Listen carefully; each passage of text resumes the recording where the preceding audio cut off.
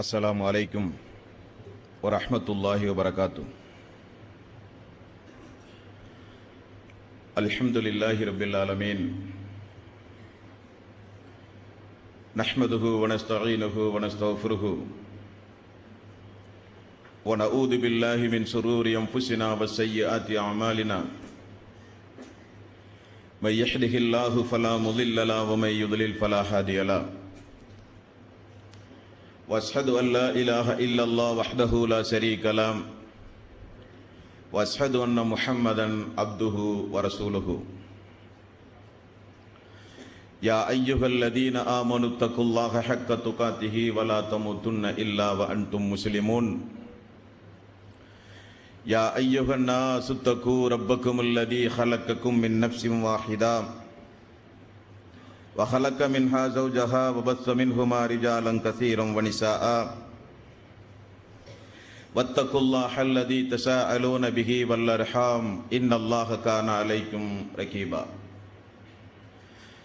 يا ايها الذين امنوا اتقوا الله وقولوا قولا سديدا يصلح لكم اعمالكم ويغفر لكم ذنوبكم ومن يطع الله ورسوله فقد فاز فوزا عظيما.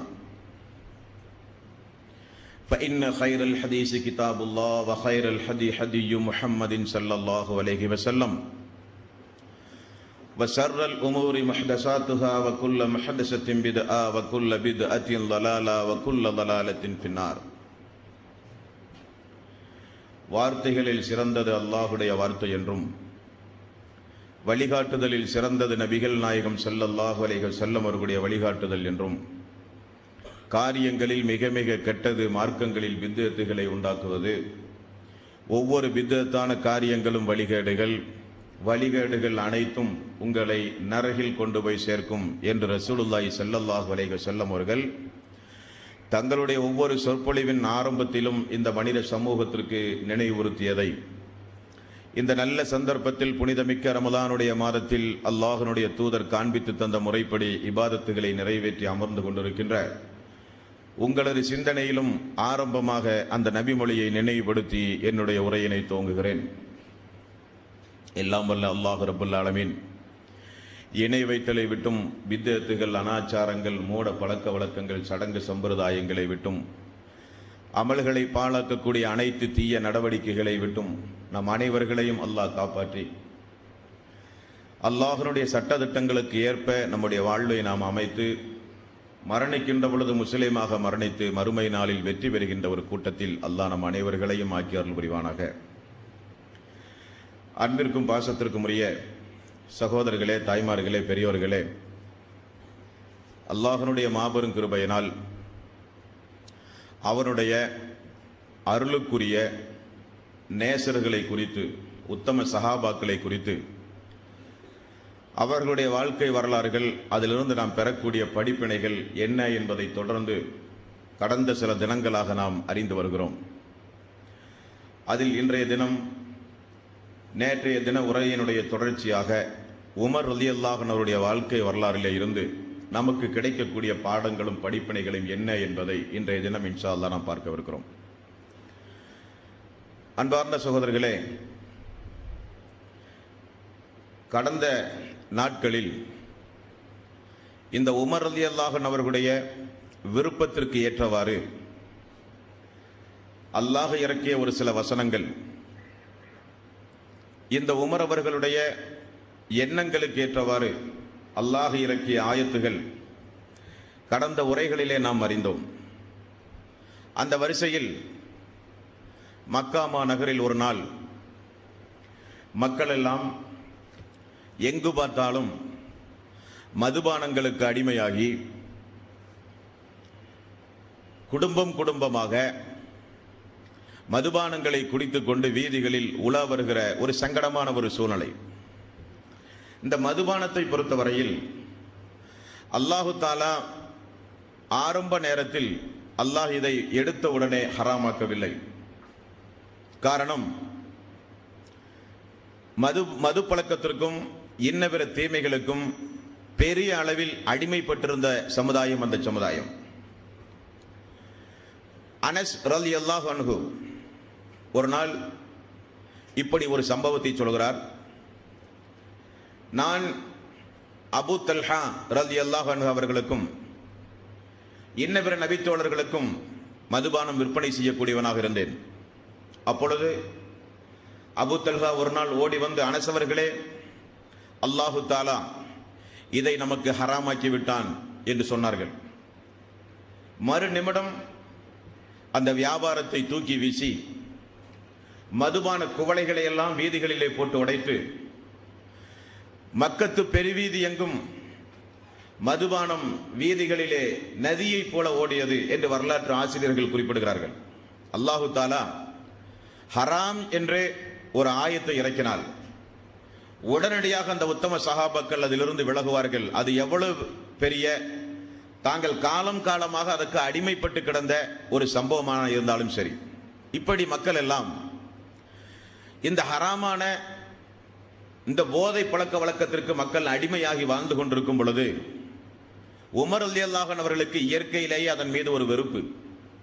அப்பொழுது அல்லாஹ்விடத்திலே ஒரு பிரார்த்தனை செய்வார், அல்லாஹுவே, இந்த மதுபானத்திற்கு ஒரு தீர்க்கமான ஒரு சட்டத்தை அல்லாஹுவே நீ இறக்க மாட்டாயா என்று எப்பொழுதும் அவருடைய உள்ளத்திலே ஒரு ஏக்கம் கலந்த பிரார்த்தனை இருந்து வந்ததை ஹதீசுகளின் மூலமாக நம்மால் பார்க்க முடிகிறது. அல்லாஹு தாலா தீர்க்கமான சட்டத்தை அருளுகிறான். 5வது அத்தியாயத்தின் 90வது வசனம், யா ஐயுஹல்லதீன ஆமனு, ஈமான் கொண்டவர்களே, இன்னமல் ஹம்ரு வல் மைசிர் வல் அன்சாப் வல் அஸ்லாம் ரிஜ்சும் மின் அமலி ஷைத்தானி ஃபஜ்தனிபூஹு லஅல்லக்கும் துஃப்லிஹூன். நிச்சயமாக மதுபானத்திலும் சூதாட்டத்திலும் சிலைகளை வைத்து குறிபார்ப்பதிலும் நிச்சயமாக சைத்தானுடைய அருவருக்கத்தக்க காரியம் உள்ளது. அதெல்லாம் சைத்தானுடைய காரியம். ஆகவே மூமின்களாகிய நீங்கள் அப்படிப்பட்ட காரியத்திலே இருந்து விலகி கொள்ள வேண்டும். அந்த வசனத்தை ரசூலுல்லாஹி ஸல்லல்லாஹு அலைஹி வஸல்லம் உமர் ரலியல்லாஹு அன்ஹு அவர்களை அழைத்து ஓதியவுடன் உமர் ரலியல்லாஹு அன்ஹு அவர்கள், அல்லாஹு அக்பர், அல்லாஹ் நீயே பெரியவன், அல்லாஹ் விலகச் சொல்கிறானே யா ரசூலல்லாஹ், இதோ நாங்கள் விலகிவிட்டோம் என்று அன்சாரி தோழர்களும் முஹாஜிர்களும் உமர் ரலியல்லாஹு அன்ஹு அவர்களும் இந்த வசனம் வந்தவுடன் மதுபானத்தை அல்லாஹ் தடை செய்து விட்டானே என்று சந்தோஷ மிகுதியால், இப்படிப்பட்ட ஒரு மோசமான ஒரு செயல் மக்கள் மத்தியில் இருந்து அல்லாஹ் இப்படிப்பட்ட ஆயத்துகளின் மூலம் வேறறுத்து விட்டானே என்று உமர் ரலியல்லாஹு அன்ஹு அவர்கள் சந்தோஷப்பட்டார்கள் என்ற ஹதீசுகளிலே பார்க்கிறோம். இந்த இடத்தில் மக்கள் மத்தியில் இருக்கிற ஒரு அநியாய செயலுக்காக வேண்டி, மக்கள் மத்தியில் இருக்கின்ற ஒரு அருவருக்கத்தக்க காரியத்திற்காக வேண்டி ஒரு உத்தம சீலருடைய வருத்தம், அல்லாஹ் இந்த தீமையை மனித சமூகத்திலே இருந்து அகற்ற மாட்டானா? இஸ்லாத்தை ஏற்றுக்கொண்ட மக்கள் இந்த ஹராமான இப்படிப்பட்ட போதை பழக்க வழக்கத்திலே இருந்து மக்கள் விடுபட மாட்டார்களா? இது சைத்தானுடைய காரியமாயிற்று. இதன் மூலம் அவர்கள் தன்னுடைய தன்மானத்தை, குடும்பத்துடைய பாரம்பரியத்தை, மானம் மரியாதை எல்லாம் இழக்கிறார்களே, வேதனைப்படுகிறார். இது ஒரு மூமினுடைய பண்பும் கூட.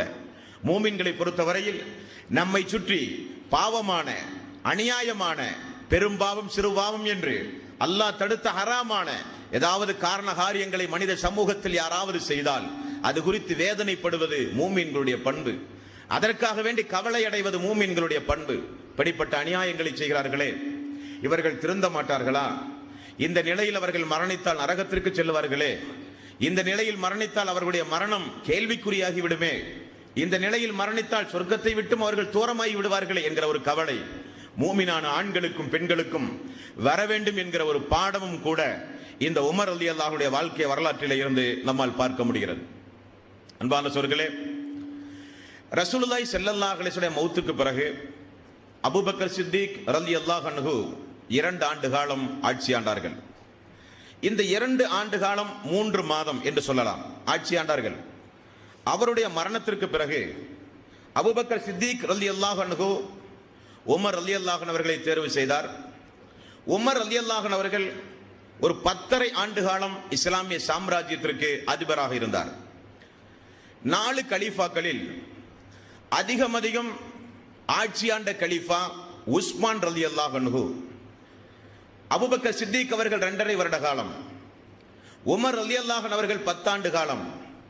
அடுத்து நாம் பார்க்க போகிற உஸ்மான் ரலியல்லாஹு அன்ஹு 13 ஆண்டு காலம், அலி ரலியல்லாஹு அன்ஹு அவர்கள் ஒரு சில மாதங்கள். காரணம், அது மிகப்பெரிய குழப்பத்திற்குரிய ஒரு ஆண்டு. இந்த 10 ஆண்டு காலம் இந்த உமர் ரலியல்லாஹு அன்ஹு அவர்கள் ஒரு இஸ்லாமிய சாம்ராஜ்யத்தை நிறுவி அதற்கு மிகப்பெரிய ஒரு தளபதியாக இருந்து இவருடைய ஆட்சி காலத்தில் இஸ்லாம் பெரிய அளவில் பறந்து விரிந்து அதிகப்படியான மக்கள் இஸ்லாத்தை ஏற்றுக்கொண்டார்கள். நிறைய நாடுகள் இஸ்லாமிய ஆட்சியின் கீழ் வந்தது. இந்த உத்தம சீலர் உமர் ரலியல்லாஹு அன்ஹுடைய ஆட்சி காலத்தில் அவர் மக்களோடு நடந்து கொண்ட முறை, அவருடைய ஏழ்மை, தன்னிடத்தில் ஆட்சி அதிகாரம் இருக்கிறது என்பதற்காக வேண்டி தனக்கு கீழ் இருக்கிற மக்களின் மீது அவர் பரிதாபப்பட்ட நிலைப்பாடு, எப்படியெல்லாம் தன்னை சுற்றி இருக்கிற தோழர்களிடத்தில் அன்பாய் பாசத்தோடு நடந்தார்கள். தவறு செய்கிற பொழுது தனிமையில் அமர்ந்து அவருக்கு அவரே கேள்விகளை கேட்டுக்கொண்டு எப்படி ஒரு சுய பரிசோதனை செய்து ஒரு ஆட்சி ஆண்டார் என்பதையெல்லாம் இந்த நல்ல நேரத்தில் சுருக்கமாக நாம் ஒவ்வொருவரும் தெரிந்து கொள்ள கடமைப்பட்டிருக்கிறோம். உமர் ரலியல்லாஹு அன்ஹுடைய ஆட்சி காலத்தில் பெரிய அளவில் இஸ்லாம் வளர்ந்தது. உமர் ரலியல்லாஹு அன்ஹு அவர்கள் அல்லாஹ்வுடைய வேதம் திருக்குர்ஆன் அபூபக்கர் சித்திக் ரலியல்லாஹு அன்ஹுடைய ஆட்சி காலத்தில் புத்தக வடிவத்தில் தொகுக்கப்பட்டது. தொகுக்கப்பட்ட அந்த திருக்குர்ஆன் அபூபக்கர் சித்திக் அவருடைய ஆட்சி காலத்தில் பத்திரமாக இருந்தது. அவர் மரணித்தவுடன் அந்த திருக்குர்ஆன் உமர் ரலியல்லாஹு அன்ஹுடைய மகளும் ரசூலுல்லாஹி ஸல்லல்லாஹு அலைஹி வஸல்லம் மனைவியுமாகிய ஹப்ஸா ரலியல்லாஹு அன்ஹா அவரிடத்தில் அந்த திருக்குர்ஆன் பத்திரமாக இருந்தது, பாதுகாக்கப்பட்டிருந்தது. திருக்குர்ஆன் பாதுகாக்கப்பட்ட பிறகு ரசூலுல்லாஹி ஸல்லல்லாஹு அலைஹி வஸல்லம் பொன்மொழிகள், அல்லாஹ்வுடைய தூதர் தொழுகை, நோன்பு, ஜக்காத், ஹஜ் போன்ற இபாதத்துகளுடைய விஷயத்தில் சொன்ன சட்டதிட்டங்கள், ஈமானுடைய விஷயத்தில் அல்லாஹ்வுடைய தூதர் போதித்த போதனைகள், இவைகளை எல்லாம் தொகுக்க ஆரம்பிக்கிறார் உமர் ரலியல்லாஹு அன்ஹு. எழுத்து வடிவில் அல்ல, சட்டங்களாக. ஒவ்வொரு காரியத்திற்கும் என்னென்ன சட்டங்கள். இஸ்லாமிய மார்க்கத்தை பொறுத்தவரையில் இஸ்லாமிய சட்டதிட்டங்கள் 2 வகைப்படும். ஒன்று கொள்கை சம்பந்தப்பட்ட சட்டதிட்டங்கள். அதில் எந்த நபித்தோழருக்கும் கருத்து வேறுபாடே கிடையாது. அல்லாஹுவை குறித்தோ, வானவரை குறித்தோ, வேதத்தை குறித்தோ, நரகத்தை குறித்தோ, சொர்க்கத்தை குறித்தோ, விதியை குறித்தோ, தூதரை குறித்தோ, ஈமான் சம்பந்தப்பட்ட, கொள்கை சம்பந்தப்பட்ட, அகீதா சம்பந்தப்பட்ட விவகாரங்களில் சஹாபாக்களுக்கு மத்தியில் கருத்து வேறுபாடே கிடையாது. அது ஒரு சட்டம். இன்னொரு சட்டம் இபாதத்துகள் சம்பந்தப்பட்ட, தினசரி நாம் கடைபிடிக்க வேண்டிய இபாதத்துகள் சம்பந்தப்பட்ட சட்டதிட்டங்கள். இதில் சிறு சிறு கருத்து வேறுபாடுகள் சஹாபாக்களுக்கு மத்தியில் இருந்தது. இதை உன்னிப்பாக பார்த்து தன்னுடைய ஆட்சி காலத்தில் யாரும் எந்த ஒரு பகுதியிலும் ஆளுநராக ரசூல் உமர் ரலியல்லாஹு அன்ஹு அவர்கள் யாரையெல்லாம் நியமிக்கிறார்களோ அவர்களுக்கெல்லாம் போட்ட மிக கடுமையான சட்டம், மக்கள் மத்தியில் சட்டங்களை சொல்லி குழப்பதில் கூடாது. உங்களுக்கு ஏதாவது மார்க்க விவகாரங்களில் ஏதாவது உங்களுக்கு கருத்து வேறுபாடு வந்தால் உயர்மட்ட ஆலோசனை குழு என்று ஒன்றை நிறுவி அந்த குழுவில் அது குறித்து சர்ச்சை செய்து முடிவெடுத்து அதற்கு பிறகு மக்களுக்கு சொல்லுங்கள் என்கிற அற்புதமான ஒரு அவையை உருவாக்கியவர் உமர் ரலியல்லாஹு அன்ஹு அவர்கள். உமர் ரலியல்லாஹு அன்ஹு அவர்கள் அல்லாஹ்வுடைய தூதருடைய பெயரில் யாரும் பொய் சொல்லிவிடக் கூடாது, ஹதீஸ் என்கிற பெயரில், நபிமொழி என்கிற பெயரில் என்பதில் கண்ணும் கருத்துமாக இருந்த ஒரு நபித்தோழர். உதாரணத்திற்கு அபு மூசா அல் அஸ்அரி என்கிற ஒரு நபித்தோழர். இவர் பசாராவினுடைய ஒரு பகுதிக்கு ஆளுநராக இந்த உமர் ரலியல்லாஹு அன்ஹு அவர்கள் நியமித்திருந்த ஒரு நபித்தோழர். இந்த அபு மூசா அல் அஸ்அரி அவர்கள் ஒரு நாள் உமர் ரலியல்லாஹு அன்ஹு அவர்களை பார்ப்பதற்காக வேண்டி வருகிறார். அனுமதி பெற்று வீட்டினுடைய கதவை தட்டுகிறார். கதவு திறக்கப்படவில்லை. 3 முறை சலாம் சொல்கிறார். கதவு திறக்கப்படவில்லை. அவர் திரும்ப சொல்கிறார். உமர் ரலியல்லாஹு அன்ஹு அவர்கள் சிறிது நேரம் பொறுத்து கதவை தட்டுகிற சப்தத்தை கேட்டு கதவை திறந்து பார்த்தார். ஆள் இல்லை. இருந்த நபர்களிடத்திலே கேட்கிறார்கள், வந்தது யார்? அபு மூசா அல் அஸ்அரி, அவரை போய் அழைத்து வாருங்கள். வந்தார். கதவை தட்டினீர்கள், ஆனால் திறந்து பார்த்தோம், உங்களை காணவில்லையே. அபு மூசா அல் அஸ்அரி அந்த நேரத்தில் ஒரு நபிமொழியை சொல்கிறார். மூமின்களின் தலைவரே, ரசூலுல்லாஹி ஸல்லல்லாஹு அலைஹி வஸல்லம் ஒரு வீட்டுக்கு சென்று நீங்கள் அனுமதி வாங்குவதாக இருந்தால் 3 முறை சலாம் சொல்லுங்கள், பதில் சொன்னால் மட்டும் நீங்கள் உள்ளே செல்லுங்கள், இல்லாவிட்டால் நீங்கள் திரும்ப செல்லுங்கள் என்றார்கள். இந்த செய்தி அல்லாஹ்வுடைய நாட்டத்தின் அடிப்படையில் உமர் ரலியல்லாஹு அன்ஹு அவர்களுக்கு தெரியாமல் இருந்தது. உடனே உமர் ரலியல்லாஹு அன்ஹு அவர்கள் கடுமையாக சொல்கிறார்கள், நீங்கள் பயன்படுத்திய வாசகம் அல்லாஹ்வுடைய ரசூல் சம்பந்தப்பட்டது. ஆகவே இது குறித்து நீங்கள் சாட்சி பூர்வமாக நீங்கள் எனக்கு நிரூபிக்காவிட்டால் உங்களுக்கு தண்டனை கொடுக்க நேரிடும் என்று எச்சரிக்கிறார். அபு மூசா அல் அஸ்அரி பயந்து போகிறார். ஓடி போய் இப்னு அப்பாஸ், இப்னு மஸ்ஊத், அனஸ் ரலியல்லாஹு அன்ஹு, அப்துர் ரஹ்மான் இப்னு அவுஃப், இப்படி மூத்த சஹாபாக்கள் மதீனாவில் இருப்பார்கள். அவர்களிடத்திலே போய் நடந்த சம்பவத்தை சொல்லி, யாராவது இந்த நபி மொழியை கேட்டால் சாட்சியாக வாருங்களேன் என்று சொல்லி ஒரு நபித்தோழரையும் அழைத்து மீண்டும் உமர் ரலியல்லாஹு அன்ஹு வருகிறார்கள். உமர் அவர்கள் கேட்கிறார்கள், இவர் சொன்ன நபிமொழிக்கு யார் சாட்சி? நாங்கள் சாட்சி. ரசூலுல்லாஹி ஸல்லல்லாஹு அலைஹி வஸல்லம் அவர்கள் அப்படி சொன்னார்கள். அப்படியா? அல்லாஹு தஆலா உங்களின் மூலம் எனக்கு இப்படிப்பட்ட ஒரு சட்டத்தை தந்தானே. இந்த சம்பவத்திலிருந்து என்ன தெரிகிறது என்றால், நபிகள் நாயகம் ஸல்லல்லாஹு அலைஹி வஸல்லம் பெயரை பயன்படுத்தி மார்க்கத்தில் ஒரு காரியத்தை சொல்வதாக இருந்தால் அதற்கு சாட்சி பூர்வமாக தெளிவான அடிப்படையில் ஒரு சட்டத்தை சொல்ல வேண்டும் என்கிற நெறிமுறையை மக்களுக்கு கற்றுக் கொடுத்தவர் உமர் ரலியல்லாஹு அன்ஹு அவர்கள். அடுத்தது இவருடைய ஒரு தன்னடக்கத்தை நீங்கள் பார்க்க வேண்டும். ஹுதைபா ரலியல்லாஹு அன்ஹு அவர்கள் ஒரு நாள் உமர் ரலியல்லாஹு அன்ஹு அவர்களை பார்ப்பதற்காக வேண்டி வருகிறார். கலீஃபாவாக இருக்கும் பொழுது உமர் ரலியல்லாஹு அன்ஹு அவர்கள் அந்த நேரத்தில் மிகுந்த ஒரு மன உளைச்சலுக்கு ஆளாகி வேதனைப்பட்டு கொண்டிருக்கிறார்கள். அப்பொழுது இந்த ஹுதைபா ரலியல்லாஹு அன்ஹு அவர்கள் கேட்டார்கள், அமீருல் முஃமினீன் அவர்களே, ஏன் உங்களுடைய மனதில் பெரிய ஒரு சஞ்சலப்பு தோன்றுகிறதே, என்ன காரணம்? மிகப்பெரிய ஒரு பதட்டத்தில் இருக்கிறீர்களே, என்ன காரணம்? உங்களுடைய முகத்தில் ஒரு தெளிவில்லையே அமீருல் முஃமினீன், என்ன காரணம்? உமர் ரலியல்லாஹு அன்ஹு அவர்கள் பயன்படுத்திய வாசகத்தை பாருங்கள். தோழரே, என்னை பார்த்தால் மக்கள் அஞ்சுகிறார்கள். நான் சிறிது கடினமானவன் தான், உண்மைதான். ஆனால் என்னை பார்த்தால் மக்கள் பயப்படுகிறார்கள். நான் வீதியில் நடந்து செல்லும் பொழுது மக்கள் என்னோடு உறவாடுவதை மக்கள் தவிர்க்கிறார்கள். இதை பார்த்து நான் பயப்படுகிறேன், இதை பார்த்து நான் அஞ்சுகிறேன். இது ஏன் நான் அஞ்சுகிறேன் என்றால், என்னிடத்தில் ஏதாவது ஒரு குறை இருந்தால் நேருக்கு நேர் சொல்வதற்கு கூட மக்கள் பயப்படுகிறார்களோ என்று நான் பயப்படுகிறேன். இந்த நிலை நீடித்து நான் ஏதாவது ஒரு தவறு செய்து நான் வழிகேட்டில் சென்றால் யார் பொறுப்பு என்பதை நான் நினைத்து பார்த்து நான் வருத்தம் அடைகிறேன். உமர் ரலியல்லாஹு அன்ஹு அவர்கள் சொன்னார்கள். உடனே ஹுதைபா ரலியல்லாஹு அன்ஹு அவர்கள், அமீருல் முஃமினீன் அவர்களை, நீங்கள் அப்படி நினைக்காதீர்கள். உங்களுடைய பேச்சு, உங்களுடைய தீர்ப்பு, உங்களுடைய நடவடிக்கை அனைத்தும் அல்லாஹ்வுக்கும் அல்லாஹ்வுடைய தூதருக்கும் கட்டுப்பட்டதாக இருக்கிற காரணத்தினால்தான் மக்கள் குறை காணாமல் வாழ்கிறார்கள். உங்களுக்கு அப்படிப்பட்ட ஒரு கவலை இருந்தால் இதோ இப்பொழுது நான் சொல்கிறேன், நீங்கள் என்ன தவறை செய்தாலும் உடனடியாக அதை நான் உங்களுக்கு சுட்டிக்காட்டுகிற உற்ற நண்பனாக இதோ இந்த நாளிலிருந்து நான் இருப்பேன். ஹுதைபா ரலியல்லாஹு அன்ஹு அவர்கள் சொல்கிறார். உடனே உமர் ரலியல்லாஹு அன்ஹு அவர்கள் சந்தோஷப்பட்டு, அல்லாஹு தஆலா எனது குறையை சுட்டிக்காட்டி எனதை திருத்த அல்லாஹ் ஒரு உற்ற நண்பனை எனக்கு தந்தானே, அந்த அல்லாஹ்வுக்கே எல்லா புகழும் என்கிறார். ஒரு மிகப்பெரிய சொர்க்கத்துவாசி, சொர்க்கம் என்று நற்செய்தி சொல்லப்பட்டவர். இன்னொன்று மிகப்பெரிய சாம்ராஜ்யத்திற்கு அதிபதி. அப்படிப்பட்ட அவருடைய தன்னடக்கம், நமக்கு இருக்கிற குறையை சுட்டிக்காட்டுகிற நெருக்கமான ஒரு நண்பர் நமக்கு வேண்டுமே. இப்படிப்பட்ட ஒரு எண்ணம் நம்மில் பல பேருக்கும் வந்தாக வேண்டும். காரணம், தீமையை செய்கிற நண்பர்கள் நமக்கு உண்டு, முகஸ்துதிக்கு நம்மோடு நட்பு வைக்கிற நண்பர்கள் நமக்கு உண்டு, பொருளாதாரத்திற்கு மட்டுமே நம்மை நேசிக்கக்கூடிய நண்பர்கள் உண்டு, முன்னால் நேசித்து பிறகு விமர்சனம் செய்கிற நண்பர்கள் நமக்கு உண்டு. இந்த நண்பர்களில் நாம் அல்லாஹ்வுக்காக வேண்டி ஒரு நண்பர்களை நாம் ஏற்படுத்திக் கொள்ள வேண்டும். அந்த நண்பர் உண்மையில் மார்க்கத்திற்கு புறம்பான ஏதாவது ஒரு காரியம் நம்மிடத்தில் இருந்தால், அது நமக்கு தெரியாது, நம்மை பற்றி நமக்கு தெரியாது, நம்முடைய பேச்சு நம்முடைய நடவடிக்கையில் ஒரு தவறு இருந்தால் முகஸ்துதி பாராமல் சொன்னால் நட்பு போய்விடுமே, சொன்னால் நமக்கு மத்தியிலே விரோதம் வந்து விடுமே, சொன்னால் நண்பர்கள் பகைவர்களாகி விடுவார்களே என்றெல்லாம் எண்ணாமல் அந்த நட்பை மென்மேலும் வலுப்படுத்த, நண்பர்கள் இதே போன்று சொர்க்கத்தில் இருக்க வேண்டுமே, நம்முடைய நண்பன் நரகத்திற்கு சென்று விடக்கூடாது என்பதற்காக தனிமையில் சந்தித்து இருக்கிற குறையை தெல்ல தெளிவாக எடுத்துச் சொல்கிற ஒரு நண்பனை அல்லாஹ் இந்த உலகத்திற்கு ஒவ்வொரு மனிதனுக்கும் வழங்கினால் நாம் எல்லாம் நிச்சயம் இந்த மனித சமூகத்தில் சிறந்தவர்களாக வாழ முடியும். அது தலைவர்களானாலும் சரி, தொண்டர்களானாலும் சரி, நடுத்தர மக்கள் ஆனாலும் சரி, யாருக்காக இருந்தாலும் அவரவருடைய குறைகளை சுட்டிக்காட்டுகிற ஒரு தோழமை, அல்லாஹ்வுக்காக வேண்டி நேசித்த தோழமை இருந்தால் நிச்சயம் அது வெற்றி பெறும்.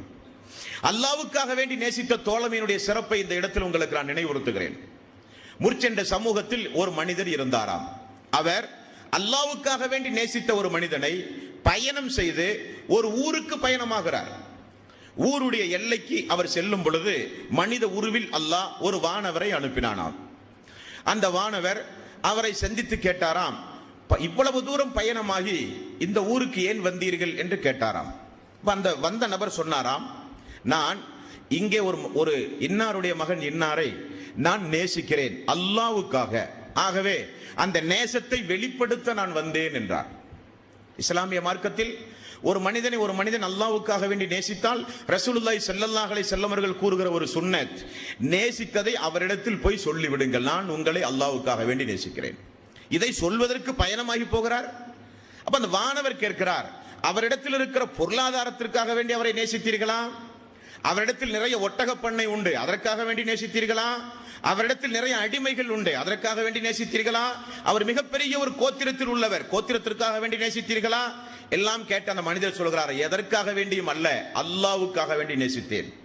உடனே அந்த வானவர் சொல்கிறார், உடனே அந்த அல்லாஹ் யாருக்காக வேண்டி நேசித்தாயோ அவனோடு நிச்சயம் நீ சொர்க்கத்திலே இருப்பாய் என்று அந்த வானவர் நற்செய்தி சொன்னார் என்று பார்க்கிறோம். அப்படி உற்ற நண்பரை ஹுதைபா ரலியல்லாஹு அன்ஹு அவர்களை பெற்றார் உமர் ரலியல்லாஹு அன்ஹு.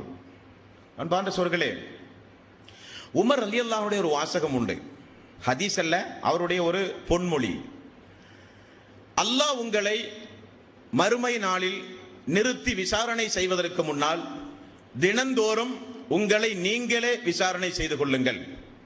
உங்களுடைய ஆத்மாவுக்கு, உங்களுடைய நஃப்ஸுக்கு உறங்க செல்லும் பொழுது ஒரு 5 நிமிடம் நேரத்தை ஒதுக்கி இன்றைக்கு நம்முடைய செயல்பாடுகள் இந்த பகல் பொழுதில் எப்படி இருந்தது, இபாதத்துகளை ஜமாத்தோடு தொழுதாமா, தனியா தொழுதோமா, சுன்னத்துகள் எத்தனை ரக்காத்துகள் தொழுதோம், நண்பர்களுக்கு முகமன் கூறி சலாம் கூறுகிற நன்மையை செய்தோமா, நோயாளிகளை போய் சந்தித்து அவர்களுக்குரிய பிரார்த்தனைகளிலே ஈடுபட்டோமா, இன்னைக்குரிய நன்மைகள் என்ன?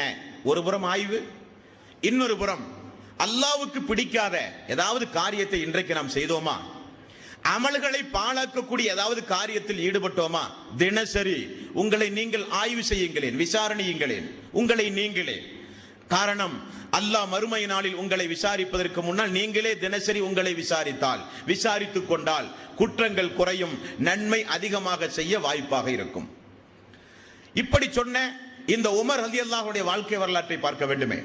ஒரு நாள் அவருடைய அவையில் முக்கியமான ஒரு ஆலோசனை நடந்து கொண்டிருக்கிறது. ஒரு இளைஞர், மதீனாவிலே வாழ்ந்த ஒரு இளைஞர், அவருக்கு இருக்கிற குறையை சொல்வதற்காக வேண்டி அந்த அவைக்குள் சட்டென புகுந்து விட்டார்.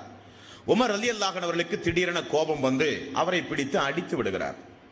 அடித்த மறுகணமே அந்த தோழர் மெல்ல அப்படியே அவையில இருந்து திரும்ப செல்லும் பொழுது ஓடி போய் ஒரு அதிபர் என்று கூட பாராமல், தன்னுடைய ஆட்சியில் ஏன் எதற்கு என்று கூட கேட்காமல் ஒரு தனி மனிதனை பிடித்து இப்படி அடித்து விட்டோமே என்கிற வருத்தத்தோடு சாட்டையை கையிலே எடுத்து ஓடி போய் அந்த இளைஞனுடைய கையிலே கொடுத்து, இந்த உமரை திரும்பணி அடி, இந்த உமரை திரும்பணி அடித்துக் கொண்டு பழி தீர்த்துக் கொள், அல்லாஹ்விடத்திலே மறுமையில் காட்டி கொடுக்காத. ஏதோ உணர்ச்சி வசப்பட்டு பேசிவிட்டேன். ஒரு அதிபர் நடக்குமா? எங்காவது நடக்குமா? ஒரு அதிபர் இப்படி கீழிறங்கி செய்த தவறுக்காக பிராயச்சித்தம் தேடி இளைஞனுடைய கையிலே சாட்டையை கொடுத்து திரும்ப என்னை அடி என்றார். இளைஞர் சொன்னார், அமீருல் மூமினீனே, உங்களை நான் மன்னித்து விட்டேன், எனக்கு இருக்கிற பிரச்சனை என்னென்ன பிரச்சனை. உமர் அவர்கள் தாங்க முடியவில்லை. நேராக வீட்டுக்கு சென்று அவையிலே மசூராக்களை முடித்து வீட்டுக்கு சென்று 2 ரக்காத்து தொழுது கதவை சாத்தி ரூமுக்குள் இருந்து கொண்டு அவருக்கே பேசுகிறார். என்ன பேசுகிறார்? நீ எப்படியெல்லாமோ அநியாயத்தில் இருந்தாய், அல்லாஹ் உனக்கு ஹிதாயத்தை தந்தானே, இதை நீ நினைத்து பார்க்க வேண்டாமா? எப்படியெல்லாமோ வாழ்க்கையை நடத்தி கொண்டிருந்த உனக்கு இவ்வளவு பெரிய பதவியையும் அந்தஸ்தையும் அல்லாஹ் தந்தானே, அதை நீ எண்ணி பார்க்க வேண்டாமா? நீதமாக நடக்க வேண்டிய நீ நீதமற்ற முறையில் நடக்கலாமா? அல்லாஹ் மறுமை நாளில் விசாரித்தால் உன்னிடத்தில் என்ன பதில் என்று அவருக்கவரே பேசுகிறார். எப்படிப்பட்ட முன்மாதிரி, எப்படிப்பட்ட முன்மாதிரியான ஒரு தலைவர், இப்படிப்பட்ட ஒரு சுய பரிசோதனை ஒவ்வொரு மூமின்களுக்கும் முஸ்லிம்களுக்கும் இருந்தாக வேண்டும் அன்பார்ந்த சோர்களே. ஒரு நாள் பள்ளியிலே நின்று கொண்டு மக்களுக்கு உபதேசம் செய்கிறார். கனிமத்து பொருள், போரிலே கிடைத்த பொருள்கள் பங்கீடு செய்யப்பட்ட நேரம். ஒரு மனிதர் எழுந்து கேட்கிறார், உமர் அவர்களே, நீங்கள் 2 புத்தாடை அணிந்து கொண்டிருக்கிறீர்கள் இப்பொழுது, ஆனால் போரின் மூலம் கிடைக்கப்பட்ட கனிமத்து பொருளை நீங்கள் பங்கீடு செய்யும் பொழுது எல்லோருக்கும் ஒவ்வொரு புத்தாடை கொடுத்தீர்கள், ஆனால் நீங்கள் மட்டும் 2 ஆடை வைத்துக் கொண்டீர்களே, இது நியாயமா? ஒரு ஆட்சியில், ஒரு இஸ்லாமிய ஆட்சியில் ஒரு அதிபரை பார்த்து அல்லாஹ்வுடைய பள்ளியில் நியாயம் கேட்கிறார் ஒரு தோழர். அவருடைய மகன் அப்துல்லா உடனே எழுந்தார். தந்தையை நான் பதில் சொல்கிறேன். அப்துல்லா அவர்கள் சொன்னார்கள், தோழரே, எல்லோருக்கும் கொடுக்கப்பட்டதை போல எனக்கும் அந்த வரிசையில் ஒரு ஆடை கிடைத்தது. என்னுடைய தந்தை சிறிது உயரமானவர், அவருக்கு ஒரு ஆடை போதாது என்பதற்காக வேண்டி என்னுடைய ஆடையும் என்னுடைய தந்தைக்கு சேர்த்து கொடுத்ததனால் அவருக்கு 2 ஆடை. அவர் முறை தவறி எடுத்துக்கொண்டதல்ல, முறைகேடாக பங்கீடு செய்யவில்லை. அது அமானிதம் என்பதை அவரும் புரியுவார். என்னுடைய ஆடையை என்னுடைய தந்தைக்கு நான் கொடுத்தேன், ஆகவே அவருக்கு 2 ஆடை என்று சொல்லப்பட்டது. மக்கள் எல்லாம் சந்தோஷம் அடைந்தார்கள். அல்லாஹு தாலா இப்படிப்பட்ட ஒரு தலைவரை அல்லாஹ் நமக்கு தந்தானே, நேர்மையான ஆட்சி செய்கிற ஒரு தலைவரை அல்லாஹ் நமக்கு தந்தானே என்று எல்லோரும் சந்தோஷம் அடைந்தார்கள். உமர் ரலியல்லாஹுடைய வாழ்வில் எதாச்சியாகவே தினசரி அவர் வீட்டிலே இரவு நேரம் தூங்குவது குறைவு. ஒரு வித்தியாசமான ஆட்சி தலைவர். இரவு நேரத்தில் வீட்டில் தூங்குவது குறைவு. எப்பொழுதும் மதீனாவை சுற்றியே அவர் நடமாடி கொண்டிருப்பார். மாறு வேடங்களில் எல்லாம் செல்லுவார், மக்களுக்கு தெரியாமல். உமர் பின் கத்தாப் ரலியல்லாஹு அவர்கள் வந்தால் மக்கள் ஓடுவார்கள். தன்னுடைய சுயரூபம் வெளியே தெரிந்துவிடக் கூடாது, தன்னுடைய முழு தோற்றம் வெளியே தெரியக்கூடாது என்பதற்காக மாறு வேடத்தில் இரவு நேரங்களில் என்ன நடக்கிறது என்பதை கண்காணிப்பார். தன்னுடைய ஆட்சியின் கீழ் என்ன நடக்கிறது, அநியாயம் உண்டுமா, அக்கிரமங்கள் உண்டுமா, மதுபானங்கள் உண்டுமா, விபச்சாரம் உண்டுமா, தகாத தீய காரியங்களில் மக்கள் ஈடுபடுகிறார்களா, மக்கள் வறுமையிலே இருக்கிறார்களா, நான் மட்டும் அதிபராக இருந்து உண்ணாமல் எனது ஆட்சியின் கீழ் மக்கள் ஒரு வீட்டில் கூட இருக்கக்கூடாது. தினசரி ரோந்து வருவார்கள். வழிப்பறி, கொள்ளை, திருட்டு எல்லாம் கண்காணிப்பதற்காக. எங்கோ ஒரு மூலையில் இருந்து நியமிக்கப்பட்ட அமைச்சர்களுடைய தகவலை மட்டும் வைத்து ஆட்சி நடத்துகிற ஒரு அதிபர் அல்ல உமர் ரலியல்லாஹு அவர்கள். தினசரி ரோந்து வருவார். அப்படி வரும் பொழுது ஒரு நாள் பகல் நேரத்தில் கடுமையான வெயில், மதீனாவினுடைய புறநகர் பகுதியில் ஆடைகளை கலட்டி தலைக்கு மேல் சுற்றி நடந்து வருகிறார்கள் உமர் ரலியல்லாஹு அவர்கள். எங்கோ ஒரு உளவு பார்த்து விட்டு வருகிறார். கழுதையில் ஒரு சிறுவன் ஏறி நடந்து வருகிறார், பயணமாகி கொண்டு வருகிறார். உமர் ரலியல்லாஹு அவர்கள் கேட்டார்கள், சிறுவனே, அல்லாஹ்வுக்காக வேண்டி என்னை ஏற்றி இந்த இடத்தில் கொண்டு போய் இறக்கலாமே. சிறுவன் பார்த்தான், அமீருல் முஃமினீன் என்பதை புரிந்து கொண்டான். உமர் ரலியல்லாஹு அவர்களை பார்த்து சொன்னான், இந்த கழுதையை நீங்களே ஓட்டி நீங்களே செல்லுங்கள், நான் நடந்து வருகிறேன் என்றான். கூடாது, நீயும் ஏறி என்னோடு வருவதாக இருந்தால் நான் வருகிறேன். உடனே அந்த சிறுவன் அந்த கழுதையில் அமர்வதற்கென்று ஒரு சிறிய ஒரு துண்டை வைத்திருந்தான். அதில் அமருங்கள் அமீருல் முஃமினீனே, நான் பின்னால் இருக்கிறேன். வேண்டாம், நீ அதில் அமரு, நான் பின்னால் இருக்கிறேன். எவ்வளவு ஒரு அடக்கம், எவ்வளவு பெரிய ஒரு தன்னடக்கம். இதெல்லாம் வரலாறுகளிலே படித்து பார்க்கும் பொழுதுதான் தி ஹண்டர் என்கிற ஒரு புத்தகத்தில் ஒரு கிறிஸ்தவ அன்பர் உலகத்தில் தலை சிறந்த தலைவர்கள் யார் என்று அவர் ஆய்வு செய்த பட்டியலில் உமர் ரலியல்லாஹு அவர்களுக்கும் ஒரு முக்கியமான ஒரு இடத்தை அவர் ஒதுக்கி இருக்கிறார். ஒதுக்கி சொல்லுகிறார், 10 ஆண்டு காலம் ஒரு இஸ்லாமிய சாம்ராஜ்யத்திற்கு தலைவராக இருந்தார். இவர் இருந்த காலத்தில் மனித உரிமை மீறல் கிடையாது. இவர் இருந்த காலத்தில் பசி, பட்டினி, பஞ்சம் கிடையாது. இவர் இருந்த காலத்தில் அவருடைய சட்டத்தின் மூலம், தீர்ப்பின் மூலம் பாதிக்கப்பட்ட மனிதன் கிடையாது. இவரை போல ஒரு உத்தமரான ஆட்சி தலைவரை பார்த்ததே இல்லை என்று ஒரு கிறிஸ்தவ அன்பர் எழுதுகிறார். காரணம், உமர் ரலியல்லாஹுடைய நேர்மை, அவருடைய ஆட்சி, அவருடைய பெருந்தன்மை. எத்தனையோ உதாரண சம்பவங்களை சொல்லலாம். இனி உமர் ரலியல்லாஹு அவர்கள் ஒரு நாள் பாருங்கள், இரவு நேரத்தில் அப்படியே ரோந்து வரும் பொழுது, அப்படியே இரவு நேரத்தில் கண்காணித்து வரும் பொழுது ஒரு வீட்டில் ஒரு பெண்மணியினுடைய அழுகுரல் சப்தம் கேட்கிறது. அந்த வீட்டுக்கு அருகிலே போய் நின்று பார்த்தால் அந்த பெண்மணி ஓலமிட்டு சப்தம் போட்டு அந்த பெண்மணி அழுகிறார்கள். இரவு நேரம் நடக்கிறது. அஸ்ஸலாமு அலைக்கும் என்று சலாம் சொல்லி கதவை தட்டுகிறார். அந்த பெண்மணி கதவை திறந்து பார்க்கிறார் அமீருல் முஃமினீன். உடனே, ஏன் அழுகிறீர்கள், என்ன காரணம், உங்களுக்கு என்ன பிரச்சனை என்று கேட்கிறார்கள். உங்களுடைய தலைமையின் கீழ், உங்களுடைய கட்டளையின் கீழ் எங்களுடைய கணவன்மார்கள் எல்லாம் போருக்கு சென்று 5 மாதம் 6 மாதம் ஆகிவிட்டது. அவர்கள் இல்லாத அந்த கவலையை நினைத்து நாங்கள் அழுகிறோம் என்று சொன்னார். உமர் ரலியல்லாஹு தாங்க முடியவில்லை.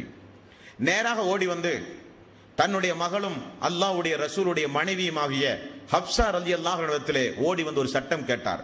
மகளே, போருக்கு சென்ற மக்கள் அதிகபட்சம் எத்தனை நாள் வெளியூரிலே தங்கலாம்? தந்தையை 4 மாதம் வரை தங்கலாம். அப்படியா? இந்த மதீனாவில் இந்த நாளுக்கு முன்னால் 4 மாதத்திற்கு அதிகமாக போரில் கலந்து கொண்ட சஹாபாக்கள் உடனடியாக மதீனா திரும்ப வேண்டும் என்கிற உத்தரவு பிறப்பிக்கிறார். போருக்கு சென்ற இடத்திற்கு உடனே உத்தரவு செல்கிறது. வாசிக்கிறார்கள், 4 மாதத்தையும் தாண்டி போருக்காக வேண்டி பாசறை அமைத்து அமர்ந்து கொண்டிருக்கிற தோழர்கள் எல்லாம் உடனடியாக மதீனாவுக்கு வர வேண்டும். மக்களின் மீது இரக்கம் கொண்ட ஒரு தலைவர். குடும்பத்தின் மீது அக்கறை கொண்ட ஒரு தலைவர். நம்முடைய ஆட்சியின் கீழ் பெண்கள் இப்படி கண்ணீர் வடிக்க கூடாது, கணவன்மார்களை பிரிந்திருக்க கூடாது, ஜிஹாத் தேவைதான். அதற்காக 6 மாதம் 8 மாதம் 10 மாதம் இப்படியெல்லாம் வேண்டாம். 4 மாதத்திற்கு உள்ளாக யாராவது இருந்தால் இருந்து கொள்ளுங்கள், 4 மாதத்தை தாண்டி இருந்தால் உடனே வீட்டுக்கு செல்லுங்கள். உமர் ரலியல்லாஹுடைய கட்டளை. இன்றைக்கு இந்தியாவினுடைய யதார்த்த சூழ்நிலையை பத்திரிகையிலே நீங்கள் பார்க்கலாம். எய்ட்ஸ் அதிகமாக இருப்பதே இந்தியாவினுடைய ராணுவத்தினர்களுக்கு தான். பத்திரிகை இன்றைக்கு பரபரப்பு செய்தி, இன்றைக்கு இருக்கிற பரபரப்பு செய்தி, எய்ட்ஸ் அதிகமாக இருப்பது ராணுவத்தினர்களுக்கு. என்ன காரணம்? மனைவியை விட்டு பிரிந்து தகாத உறவுகளில் ஈடுபட்டு இப்படிப்பட்ட விஷக்கிருமிகளுக்கு ஆளாகி பாதிப்பட்டிருக்கிறார். உடனே அதற்கு மாற்று திட்டத்தை இந்தியா கவர்மெண்ட் என்ன யோசிக்கிறது என்றால், எங்கே ராணுவத்தினர்கள் நாட்டை காக்க, சமூக விரோதிகளை தடுக்க, எங்கெல்லாம் போர்க்கால நடவடிக்கைகளை எடுக்கிறார்களோ அதற்கு அருகில் அவர்களுடைய மனைவிமார்களை கொண்டு வந்து குடியமர்த்துவது என்று முடிவு செய்திருக்கிறார்கள். 1430 ஆண்டுகளுக்கு முன்னால் உமர் ரலியல்லாஹுடைய ஏற்பாடு போர் என்ற பெயரில், நாட்டை காக்கிறோம் என்கிற பெயரில் மாதக்கணக்காக வருடக்கணக்காக ஊருடைய எல்லையில் போய் ஊரை பார்க்கிறோம் என்பதற்காக வேண்டி குடும்பத்தை மறந்துவிடக் கூடாது, மனைவிக்கு செய்ய வேண்டிய கடமை உண்டு என்பதை உணர்த்திய மாமனிதர் உமர் ரலியல்லாஹு அன்ஹு. இந்த உமர் ரலியல்லாஹு அன்ஹுடைய காலத்தில் ஒரு நாள் இப்படி ஒரு விசித்திரமான சம்பவம். அப்படியே போய்கொண்டிருக்கிறார். கண் தெரியாத ஒரு வயது முதிர்ந்த ஒரு மனிதர் ஒரு வீட்டில் யாசகம் கேட்டுக்கொண்டிருக்கிறார். அவரை போய் அப்படியே கட்டி தழுவி, நீங்கள் யார், உங்களுடைய வேதம் என்ன? நான் ஒரு யகூதி, யூதன்.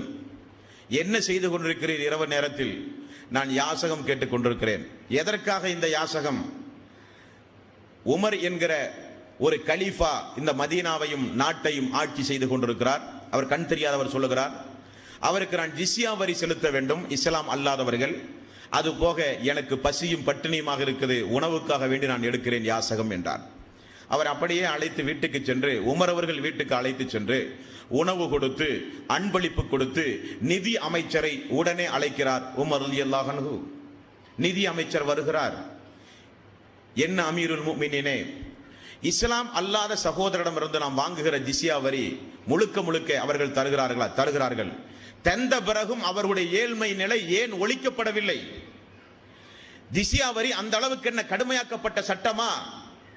நாளது தேதி முதல் இஸ்லாம் அல்லாத சகோதரிடம் யாரும் ஜிஸ்யா வரி வசூலிக்க கூடாது கட்டளை பிறப்பித்தார்கள் உமர் ரலியல்லாஹு அன்ஹு அவர்கள்.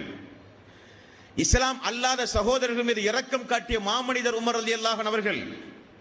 ஆனால் இஸ்லாமிய வரலாறு தெரியாதவர்கள், இஸ்லாமிய மார்க்கத்தினுடைய தாக்கம் புரியாதவர்கள், அல்லாஹ்வுடைய ஆயத்தை முறையாக படிக்காதவர்கள், இஸ்லாமிய சாம்ராஜ்யத்தின் கீழ் இருக்கின்ற இஸ்லாம் அல்லாதவர்களை கட்டாய மதமாற்றம் செய்திருக்கிறது என்று வரலாறு தெரியாதவர்கள் பேசுகிறார்கள். ஆனால் ரசூலுல்லாஹி ஸல்லல்லாஹு அலைஹி வஸல்லம் மதீனா சென்று இஸ்லாமிய சாம்ராஜ்யம் நிறுவிய உடனே முதலில் யூதர்களை அழைத்துத்தான் அல்லாஹ்வுடைய ரசூல் ஒப்பந்தம் போட்டார்கள். என்ன ஒப்பந்தம்?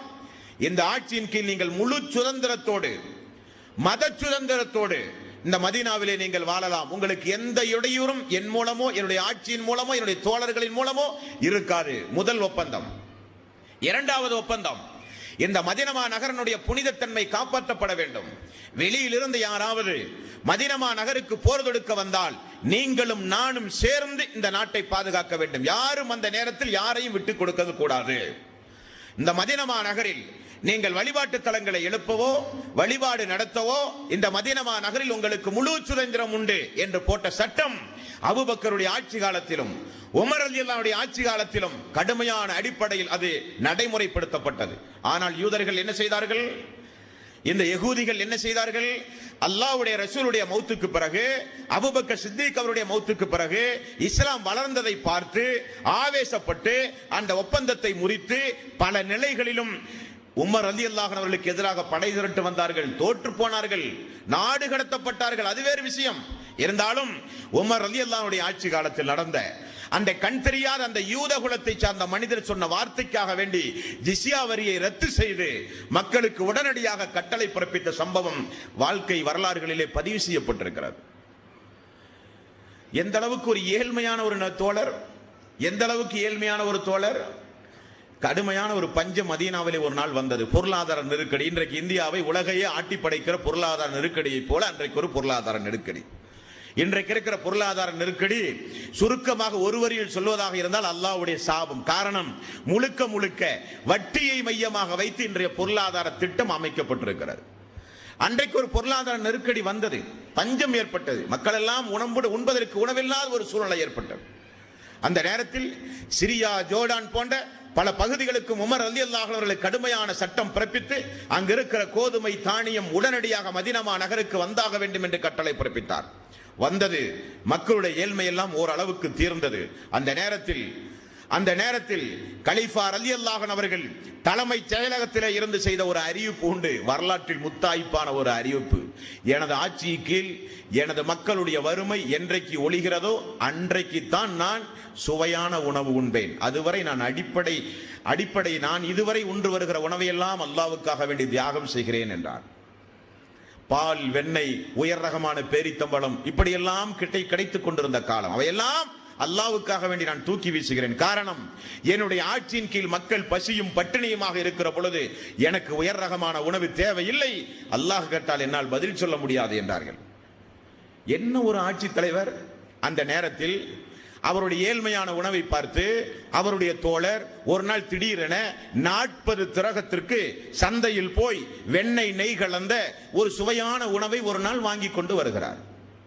உமர் அவர்களே, இதை இன்றைக்காவது உண்ணுங்களேன், இதை எப்பொழுதும் நீங்கள் ஏழ்மை உணவை உண்ணுகிறேன், இதை உண்ணுங்களேன். அவர் அருமையாக சொன்னார்கள் உமர் அவர்கள், மக்கள் எல்லாம் தரமான உணவு இல்லாமல், அடிப்படை வசதிகள் இல்லாமல் மக்கள் இருக்கிற நேரத்தில் 40 தீனாரை விரயம் செய்து இந்த உணவை வாங்கி வர உம்மிடத்தில் யார் சொன்னார்? அதை கொண்டு போய் மதீனாவில் இருக்கிற மக்களுக்கு கொண்டு கூட என்னால் உண்ண முடியாது என்றார்கள். தோழர் திரும்பி சென்றார் என்று வாழ்க்கை வரலாற்றிலே பார்க்கிறோம். ஒட்டகம் மதீனாவிலே அறுக்கப்பட்டால் மக்களுடைய ஏழ்மை குறைத்தீங்க, ஒரு விருந்துக்கு ஏற்பாடு செய்து எல்லோரும் ஒரு ஒட்டகம் வாங்கி பசியும் பட்டினியுமாக இருக்கிற மக்களுக்கு ஒட்டகத்தை அறுத்து அந்த கறியை கொண்டு போய் கொடுத்தார்கள் ஒரு நாள். அப்பொழுது ஒட்டகத்தினுடைய முக்கியமான பாகங்களாக திகழ்கின்ற ஈரல் போன்ற, மூளை போன்ற சுவையான உறுப்புகளை எல்லாம் தனியாக பத்திரமாக எடுத்து இது நம்முடைய அமீருல் முஃமினுக்கு இருக்கட்டுமே என்று மக்கள் எல்லாம் சேர்ந்து கொண்டு போய் சுவையான உணவு சமைத்து கொண்டு போய் கொடுத்தார்கள். அப்பொழுதும் சொன்னார்கள், எனது மக்கள் என்றைக்கு வயிறார உண்ணுகிறார்களோ அன்றைக்கு தான் இதையெல்லாம் நான் உண்ணுவேன் என்று திரும்ப அனுப்பினார்கள். இன்றைக்கு எப்படியெல்லாமோ ஆட்சி தலைவர்கள் வாழ்கிற காலம். அரசியல் வந்தாலே பல கோடி ரூபாய் செலவு செய்கிறார்கள் ஒவ்வொரு பொறுப்புகளுக்கு வருவதற்காக வேண்டி. எதற்கு வந்தால் அதை விட பல மடங்கு சம்பாதிப்பதற்காக. அரசியல் என்றாலே இன்றைக்கு ஒரு பணம் சம்பாதிக்கின்ற ஒரு பிரைவேட் லிமிடெட் கம்பெனி மாதிரி. இன்றைக்கு எந்த வகையான தொழிலும் இல்லாமல், எந்த வகையான ஒரு உழைப்பும் இல்லாமல் மிக ஈஸியாக பிற மக்களுடைய பணங்களை சம்பாதிக்கின்ற மிகப்பெரிய ஒரு தொழில் இன்றைக்கு அரசியல். ஆனால் மக்களுடைய வரிப்பணத்தை பத்திரமாக பாதுகாத்து தனக்கு கீழ் இருக்கிற மக்களின் மீது பாசம் செலுத்தி அந்த மக்களுடைய உணர்வுகளை புரிந்து அங்கிருக்கிற மக்கள் விஷயத்தில் ஏதாவது நீதமற்ற முறையில் நடந்தால் அல்லாஹ்விடத்திலே பதில் சொல்ல வேண்டுமே என்கிற கவலை இந்த முயத்தோடு கடைசி வரை வாழ்ந்த ஒரு மாமனிதர் உமர் ரலியல்லாஹு அன்ஹு அவர்கள். இந்த உமர் ரலியல்லாஹு அன்ஹு அவருடைய காலத்தில் நடந்த மற்றும் ஒரு சம்பவத்தை பாருங்கள். ஒரு நாள் இந்த உமர் ரலியல்லாஹு அன்ஹு காலத்தில் சிரியா நாட்டினுடைய ரோமானிய படைக்கு தளபதியாக காலித் பின் வலீத் ரலியல்லாஹு அன்ஹு அவர்களை நியமித்து போர் நடந்து கொண்டிருக்கிறது. உடனே அமீருல் முஃமினீன் உமர் ரலியல்லாஹு அன்ஹு ஒரு தபால் வருகிறது அந்த போர் படைக்கு. தபாலை வாசித்து பார்த்தால் காலித் பின் வலீத் அவர்கள் தன்னுடைய தலைமை பதவியை முழுக்க அபு உபைதாவிடம் ஒப்படைக்க வேண்டும் என்கிற ஒரு அறிவிப்பு. அந்த அறிவிப்பை படித்த மாத்திரத்தில் காலித் பின் வலீத் ரலியல்லாஹு அன்ஹு அவர்கள் அபு உபைதாவை அழைத்து, அமீருல் முஃமினீனுடைய கட்டளை, இந்த எல்லா பொறுப்பையும் நீங்களே வைத்துக் கொள்ளுங்கள், நீங்கள் தான் இனி தளபதி. மக்கள் மத்தியில் பெரிய ஒரு சலசலப்பு. எல்லோரும் பேசுகிறார்கள், அல்லாஹ்வுடைய ரசூலுடைய காலத்தில் இருந்து காலித் பின் வலீத் அவருடைய தலைமையில் எத்தனையோ போர்கள் நடந்திருக்கிறது, நிறைய வெற்றி கிடைத்திருக்கிறது. அல்லாஹ்வுடைய போர் வாள் என்ற பரிசு பெயர் பெற்ற காலித் பின் வலீத் ரலியல்லாஹு அன்ஹு அவர்கள் இப்படி திடீரென தலைமை பதவியிலிருந்து மாற்றம் ஏற்பட்டால் அவரை விரும்புகிறவர்களின் மூலம் ஏதாவது விரும்பத்தகாத காரியம் நடக்குமோ, அல்லது அவரே இந்த சட்டத்தை என்னால் எதிர்க்க முடியாது, முடிந்தால் உமரவிடத்திலே போய் சொல்லுங்கள் என்று சொல்லி பிரச்சனை ஏற்படுத்துவாரோ, எப்படியெல்லாம் இனிமேல் எப்படிப்பட்ட குழப்பங்கள் நடக்கப் போகிறதோ என்று எல்லோரும் பயந்து கொண்டிருந்த நேரம் காலித் பின் வலீத் ரலியல்லாஹு அன்ஹு தலைமை பொறுப்பை ஒப்படைத்து நேரடியாக மதீனா வந்தார். மதீனா வந்தால் உமர் ரலியல்லாஹு அன்ஹு அவர்கள் காலித் பின் வலீத் ரலியல்லாஹு அன்ஹு அவர்களை கட்டி தழுவி முத்தமிட்டு விருந்துக்கு ஏற்பாடு செய்து விருந்துண்டு கொண்டிருக்கும் பொழுது காலித் பின் வலீத் ரலியல்லாஹு அன்ஹு அவர்கள் கேட்டார்கள், அமீருல் முஃமினீன், போர் தளபதியாக இருந்த என்னிடம் இருந்த அந்த பொறுப்பை அபு உபைதா அவர்களுக்கு நீங்கள் உடனடியாக மாற்றுவதற்கு என்ன காரணம் என்றார்கள். என்ன அருமையான பதிலை சொன்னார்கள் தெரியுமா உமர் ரலியல்லாஹு அன்ஹு அவர்கள். ஒன்று, அமீருக்கு கட்டுப்பட வேண்டும், அது சாதாரணமான பிரச்சனை. எந்த சூழ்நிலை இருந்தாலும் தலைவர் சொன்னால் தலைவருக்கு கட்டுப்பட வேண்டும், ஒரு வரியில் பதில் சொல்லலாம். ஆனால் உமர் ரலியல்லாஹு அன்ஹு அற்புதமாக சொன்னார்கள், காலிதே, நான் இந்த மதீனாவில் அடிக்கடி நான் கேள்விப்படுவதுண்டு, இந்த காலித் ரலியல்லாஹு அன்ஹு அவர்கள் மூலம்தான் அல்லாஹ் நமக்கு வெற்றியை தருகிறான் என்று மக்கள் பேசுகிற பேச்சினுடைய காதிலே விழுகிறது. நீங்களும் நானும் சாதாரண மனிதர்கள். இஸ்லாம் என்றைக்கும் உயிரோடு இருக்க வேண்டிய ஒரு மார்க்கம். இந்த மார்க்க வளர்ச்சி இந்த காலித் பின் வலீத் அவர்களால் தான், இந்த உமர் அவர்களால் தான் என்று மக்கள் பேசினால் அது இஸ்லாத்திற்கு ஆரோக்கியம் அல்ல. ஆகவே உயிரோடு இருக்கிற காலத்தில் நாம் செய்ய வேண்டிய கடமை, இந்த காலித் பின் வலீத் இல்லாவிட்டாலும் உமர் அவர்கள் இல்லாவிட்டாலும் இந்த மார்க்கத்தை அல்லாஹ் நிலைநிறுத்துவான் என்பதை மக்களுக்கு உணர்த்த வேண்டிய கடமை உங்களுக்கும் நமக்கும் உண்டு. ஏன் நான் சொல்கிறேன் என்றால், கிடைத்த வெற்றி எல்லாம் அல்லாஹ்வின் புறத்திலிருந்து கிடைத்த வெற்றி என்று மக்கள் பேசுவதற்கு பகரமாக அல்லாஹ்வை விட்டுவிட்டு காலிதை முன்னிறுத்துவதை நான் கேள்விப்படுகிறேன். அது ஆரோக்கியம் அல்லவே. அது அல்லாஹ்வினுடைய வெற்றி என்று தானே மக்கள் வழங்க வேண்டும். மக்களுடைய நாவு இப்படி பேசுவதை உணர்ந்தேன். மக்களை திருத்துவது நம்முடைய கடமை. நீங்களும் நானும் மனிதர்கள், இன்றைக்கல்ல என்றைக்காவது ஒரு நாள் இறந்து போவோம். மார்க்கம் நிலைவர வேண்டும். நம்மை விட மார்க்கம் சிறந்தது. நீங்கள் இல்லாவிட்டாலும் நான் இல்லாவிட்டாலும் இந்த மார்க்கத்திற்கு வெற்றி கிடைக்கும் என்பதை மக்கள் உணர வேண்டும் என்பதற்காக வேண்டி செய்தேன் என்றார். உடனே தன்னை மாற்றிக்கொண்டு கட்டி சேர்ந்து முத்தமிட்டு அழுதார் காலித் பின் வலீத் ரலியல்லாஹு அன்ஹு. எப்படிப்பட்ட ஒரு நெருக்கம், புரிந்துணர்வு பாருங்கள் அன்பான சொல்களே.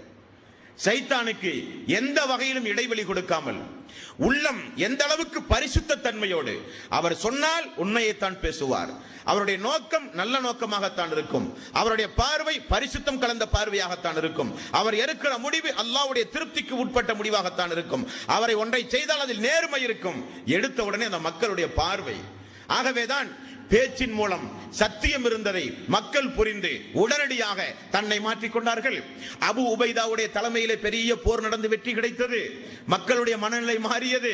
யாரை தளபதியாக வைத்தாலும் நமக்கு இஹ்லாஸ் இருந்தால் அல்லாஹ்வுடைய உதவியும் அல்லாஹ்வுடைய வெற்றியும் கிடைக்கும் என்று அந்த மக்கள் புரிந்த சம்பவத்தை இந்த நல்ல நேரத்தில் நாம் நினைவு கூற கடமைப்பட்டிருக்கிறோம் அன்பான சொற்களே.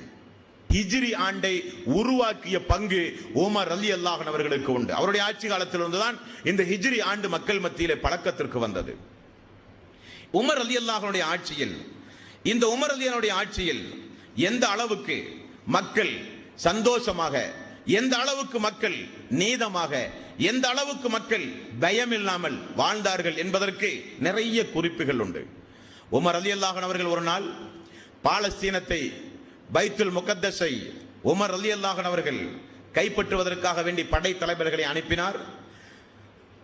படை தளபதிகள் தொடர்ந்து நடத்திய தாக்குதலினால் கிறிஸ்தவர்கள் யூதர்கள் விரண்டோடினார்கள். ஆனால் கிறிஸ்தவத்துடைய முக்கியமான தலைவர்கள் எல்லாம் சாவியை ஒப்படைக்க மறுத்தார்கள். அன்றைக்கு இருக்கிற நபித்தோடத்திலே போய் சொன்னார்கள், உங்களுடைய கலீஃபா உமர் மதீனாவிலே இருந்து இங்கே வந்தால் தான் சாவியை ஒப்படைப்போம் என்றார்கள். அவர் வரமாட்டார் என நினைத்து பேசினார்கள். ஆனால் செய்தி உமர் அவர்களுக்கு எட்டியது. உமர் அவர்கள் அங்கிருந்து புறப்பட்டார் என்கிற செய்தி சொல்லப்பட்டது. எல்லாம் ஆச்சரியப்பட்டார்கள். கலீஃபாவே வருகிறாரா? உங்களுடைய கலீஃபாவே இந்த பைத்துல் முகத்தஸிற்கு வருகிறாரா என்று எல்லோரும் ஆச்சரியப்பட்டார்கள். அந்த உமர் ரலியல்லாஹு அன்ஹு அவர்கள் அந்த நுழைவாயிலில் நுழைந்ததை பார்த்து அந்த கிறிஸ்தவர்களும் யூதர்களும் பயன்படுத்திய ஒரு வாசகம் உண்டு, வரலாற்றில் முத்தாய்ப்பான ஒரு வாசகம். காரணம் அவருடைய ஏழ்மை. ஒட்டு போட்ட ஆடை, ஒட்டகத்தின் மீது அவர் வருவது ஒரு ஒட்டு போட்ட ஒரு ஆடை, காலில் முழுமையாக இல்லாத ஒரு செருப்பு. இந்த தோற்றத்தை பார்க்கிறார். இவரா உங்களுடைய அமீருல் முஃமினீன்? ஆம், இவர்தான். ஓடி போய் இனந்தெரியாமல் ஒரு மரியாதை கொடுத்து சாவியை ஒப்படைத்து யூதர்களும் கிறிஸ்தவர்களும் அவருடைய வழிபாட்டு தலங்களுக்குள் அழைத்து மரியாதையோடு சுட்டி காண்பித்து கௌரவத்தோடு அவர்கள் வழி அனுப்பினார்கள் என்ற ஹதீசுகளிலே பார்க்கிறோம். அந்த உத்தம சீலர் மரண சம்பவம் ஒன்று உண்டு. அதையும் இந்த நல்ல நேரத்தில் நாம் நினைவு கூற கடமைப்பட்டிருக்கிறோம். ஒரு போருக்கு பிறகு நிறைய யகூதிகள், நசாராக்கள் நிறைய அடிமைகளாக பிடித்து வரப்பட்டார்கள் மதீனாவிற்கு. எல்லா நபித்தோழர்களுக்கும் அடிமைகள் பங்கு வைத்து கொடுக்கப்பட்டது. அப்பொழுது மதீனாவில் எல்லோருக்கும் உள்ளுக்குள் ஒரு குரோதம் உருவானது. முஸ்லிம்களுக்கு நாம் அடிமையாக இருப்பதா என்று எல்லோருக்கும் ஒரு குரோத எண்ணம் அந்த அடிமைகளுக்கெல்லாம் மெல்ல மெல்ல உருவானது. இதை செய்தது இந்த அமீருல் முஃமினீன் உமர் தான். அவர் எப்படியாவது கொன்றாக வேண்டும் என்று அபு லூலு என்று சொல்லப்படுகிற ஒரு அடிமை ஒரு கத்தியை, பட்டாக்கத்தி கத்தியை ஒன்றை உருவாக்கி அதில் விஷத்தை தடவி எப்படியோ மதீனாவுக்குள் புகுந்து பள்ளிக்குள்ளும் நுழைந்து விட்டான். அந்த நேரம் ஃபஜ்ருடைய நேரம். ஃபஜ்ருடைய நேரத்தில் அவன் நிற்பது முதல் சஃபில். முஸ்லீமை போல வேடமிட்டு முதல் சஃபிலே நிற்கிறான். நேராக சென்று கோட்டைக்குள் புகுந்து தாக்க முடியாது. காரணம், மிகுந்த பாதுகாப்புக்கு இடையில் உமர் ரலியல்லாஹு அன்ஹு அவர்கள் இருக்கிறார்கள். தொழுகைக்கு வந்தால் எல்லோரும் தொழுகையில் நிற்பார்கள். தொழுகையில் மிக மிக சுலபமாக அந்த விஷக்கத்தியை பயன்படுத்தி அவருக்கு மிகப்பெரிய ஒரு தாக்குதல் நடத்தி உமர் அவர்கள் இரத்த வெள்ளத்தில் மயக்கமுற்றி கீழே விழுந்தார்கள். பின்னால் இருக்கிற மக்களுக்கு தெரியாது. நபித்தோழர்கள் எல்லாம் என்ன சொல்கிறார்கள் என்றால், என்ன வழக்கமாக உமர் ரலியல்லாஹு அன்ஹுடைய குரல் அல்லவே, ஃபஜ்ருடைய நேரத்தில் ஓதுகிற கிராத் அப்துல் ரஹ்மான் இப்னு அவுஃப் அவருடைய குரல் போல் தெரிகிறதே. தொழுகை முடிந்து பார்த்தால் உமர் அவர்கள் சரிந்து கிடக்கிறார்கள். அந்த சஃபுக்கு அப்துல் ரஹ்மான் இப்னு அவுஃப் வந்தார், தொழுகை நடத்தினார். மக்கள் எல்லாம் பார்க்கிறார்கள், அமீருல் முஃமினீன் இரத்த வெள்ளத்தில் கிடக்கிறார். அந்த அடிமையை பிடிக்க போகிற பொழுது 2-3 நபர்களை குத்திவிட்டு சென்றான். எங்கே பிடித்தால் நம்மை கொன்று விடுவார்கள் என்பதற்காக வேண்டி அவன் கொண்டு வந்த ஆயுதத்தில் அவனே குத்தி அவனே தற்கொலையும் செய்து கொண்டான். ஒரு வாரம் 10 நாள் கிடந்தார்கள் உமர் ரலியல்லாஹு அன்ஹு அவர்கள். மக்கள் எல்லாம் சோக வெள்ளத்தில் மிதந்தார்கள். இத்தோடு முடிந்தது இஸ்லாமிய சாம்ராஜ்யம் என்று எதிரிகள் எல்லாம் சந்தோஷப்படக்கூடிய நேரம். அப்பொழுது இந்த உமர் ரலியல்லாஹு அன்ஹு அவர்கள் படுத்த படுக்கையாக இருந்த மக்களுக்கு செய்த உபதேசம் கண்டிப்பாக நீங்கள் கேட்க வேண்டும் என்பார் சூர்களே. அல்லாஹ்வே, அமானிதமாக என்னிடத்தில் ஒப்படைக்கப்பட்ட இந்த பொறுப்பை நான் நீதமாக செலுத்தி இருந்தால் அதன் கூலி எனக்கு நிறைவாகத்தாயா அல்லாஹ். மக்களே, நான் நீதமற்ற முறையில் உங்களிடத்தில் நடந்திருந்தால் அல்லாஹ்வுக்காக வேண்டி என்னை நீங்கள் மன்னிக்க வேண்டும். தோழர்களே, எவ்வளவு அருமையான வாசகத்தை, எவ்வளவு அற்புதமான வாசகத்தை பயன்படுத்தினார். இப்னு அப்பாஸ் ரலியல்லாஹு அன்ஹு எப்பொழுதும் மரணிக்கின்ற வரை அடிக்கடி அவருடைய தலைமாட்டிலே இருந்து கொண்டு அவரை உற்சாகப்படுத்துவார். நீங்கள் எவ்வளவு பெரிய ஒரு மாவீரர், இப்படி கத்தியால் குத்தப்பட்டதற்காக வேண்டி பலகீனம் அடைந்து இப்படியெல்லாம் மரணத்தை எட்டி விடுவதை போல நீங்கள் பேசலாமா? உங்களை விட ஒரு மாவீரரை நாங்கள் பார்த்ததுண்டா? அல்லாஹ்வுடைய ரசூல் எவ்வளவு சொல்லி இருக்கிறார்கள் உங்களை குறித்து. நீங்கள் இனி ஒரு நபி வருவதாக இருந்தால் நீங்கள் தான் நபி என்கிற அளவுக்கு பாராட்டி சீராட்டி சொல்லப்பட்ட ஒரு தோழர் அல்லவா? நீங்கள் பலகீனமாகலாமா என்றெல்லாம் உற்சாகப்படுத்திக் கொண்டிருக்கிறார்கள் தினசரி. உமர் ரலியல்லாஹு அன்ஹு அவர்கள் தன்னுடைய மகன் அப்துல்லாவை அழைத்து ஆயிஷா ரலியல்லாஹு அன்ஹா போய் நீங்கள் ஒரு அனுமதி வாங்க வேண்டும் என்றார்கள். ஒரு நாள், என்ன அனுமதி தந்தையே? அல்லாஹ்வுக்கு பக்கத்தில், அல்லாஹ்வுடைய தூதருக்கு பக்கத்தில் அபூபக்கர் சித்திக் அவர்கள் அடக்கம் செய்யப்பட்டிருக்கிறாரே, அதற்கு வலது பக்கம் நான் அடக்கம் செய்யப்பட வேண்டும். இந்த நிலையில் நான் மரணித்தால் அதற்கு ஆயிஷாவிடத்திலே போய் அனுமதி வாங்குங்கள் என்றார்கள். அந்த நேரத்தில் ஆயிஷா ரலியல்லாஹுடைய வீட்டில் தானே ரசூலுல்லாஹி ஸல்லல்லாஹு அலைஹி வஸல்லம் அடக்கம் செய்யப்பட்டிருந்தார். அபூபக்கர் சித்திக் அவர்கள் அடக்கம் பட்டு செய்தார். ஆயிஷா அவர்கள் துஆ செய்து கொண்டிருந்தார்கள், அல்லாஹ்வே, இந்த இடம் எனக்குரிய இடம், நான் மரணிக்கப்பட்டால் இந்த இடத்தில் நான் அடக்கம் செய்யப்பட வேண்டும் என்று பெரிய விருப்பத்தோடு இருந்தார்கள் ஆயிஷா ரலியல்லாஹு அன்ஹா அவர்கள். மகன் அப்துல்லா தாக்கப்பட்ட சம்பவத்தோடு தந்தை இறந்து விடுவாரோ என்று நாங்கள் அஞ்சுகிறோம் அம்மாவே, தாயே. ஆகவே நீங்கள் அந்த இடத்தை, உங்களுக்குரிய இடத்தை உமர் அவர்களுக்கு கொடுக்கலாமே என்றார்கள். சட்டென ஒரு நிமிடம் கூட யோசிக்காமல் அல்லாஹ்வுக்காக வேண்டி நான் அதிகம் நேசித்த அந்த இடத்தை உமர் அவர்களுக்கு நான் கொடுக்க தயார் என்கிற நற்செய்தியை போய் சொல்லுங்கள் என்றார்கள். மகன் வந்து சொன்னார், சந்தோஷம் அடைந்தார்கள். அல்ஹம்துலில்லாஹ், அல்லாஹ்வுக்கே எல்லா புகழும். அந்த நோயிலே கிடந்து அப்படியே மரணித்து போயும் விடுகிறார். இன்னா லில்லாஹி வ இன்னா இலைஹி ராஜிஊன். அந்த நேரத்தில் இப்னு அப்பாஸ் ரலியல்லாஹு அன்ஹு அவர்கள் சொல்லுகிறார், நான் அந்த மரணத்திற்கு முன்னால் அவர் கட்டிலே படுத்துக்கொண்டு மையத்தாக அவர் இருக்கும் பொழுது நான் அவருக்கு முன்னால் நின்றேன்.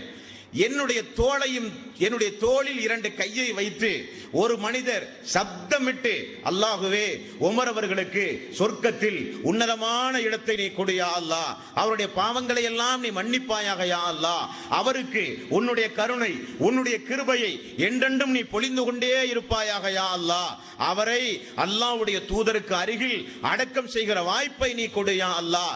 என்ன காரணம் என்றால், அல்லாஹ்வுடைய ரசூல் சொல்ல நான் கேட்டிருக்கிறேன், அல்லாஹ்வுடைய அல்லாஹ்வுடைய ரசூல் அடிக்கடி பயன்படுத்துகிற வார்த்தை, நானும் அபூபக்கரும் உமரும் இப்படி இருந்தோம், நானும் அபூபக்கரும் உமரும் இப்படி செய்தோம், நானும் அபூபக்கரும் உமரும் இப்படி நடந்தோம், நானும் அபூபக்கரும் உமரும் இதை விரும்பினோம், நானும் அபூபக்கரும் உமரும் இதை வெறுத்தோம் என்று அல்லாஹ்வுடைய ரசூல் எப்பொழுதெல்லாம் தன்னை முன்னிலைப்படுத்தி பேசினாரோ அப்பொழுதெல்லாம் அல்லாஹ்வுடைய ரசூல் பயன்படுத்திய வாசகம் அபூபக்கரையும் இந்த உமரையும் இணைத்து இணைத்து அல்லாஹ்வுடைய ரசூல் பேசினார். ஆகவே அல்லாஹ்வுடைய ரசூல் பொருந்திக் கொண்ட, அபூபக்கர் அவர்கள் பொருந்திக் கொண்ட, நாமெல்லாம் பொருந்திக் கொண்ட இந்த உமர் ரலியல்லாஹு அன்ஹு அவர்களுக்கு அல்லாஹ் கருணை புரிவானாக என்றார்கள்.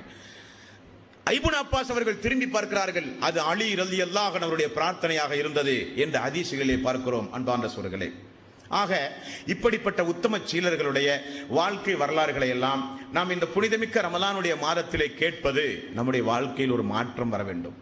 இப்படியெல்லாம் அல்லாஹ்வுடைய மார்க்கத்திற்காக வேண்டி வாழ்ந்திருக்கிறார்கள். எப்படியெல்லாமோ வாழ முடியும் என்றிருந்தும் ஏழ்மையை கருத்தில் கொண்டு ஏழ்மையாக இந்த உலகத்தில் என்னதான் நம்மால் அனுபவிக்க முடியும், போனால் சுவையான உணவு உண்ண முடியும், வேற என்ன முடியும்? ஆதமுடைய மகன் என்னடது என்னுடையது என்று எதை சொல்லுவான்? உண்டு கழித்தது உடுத்து கிழித்தது, வேறு என்ன அவனுடையது? வேறொன்றும் அவனுடையது அல்ல. ரசூலுல்லாஹி ஸல்லல்லாஹு அலைஹி வஸல்லம் அவர்கள் சொன்னார்கள். அந்த அடிப்படையை மையமாக வைத்து வாழ்ந்தவர்கள் இந்த உத்தம சீலர்கள். மறுமையில் உன்னதமான இடத்தை அந்த தோழர்களுக்கு அல்லாஹ் வழங்க வேண்டும்.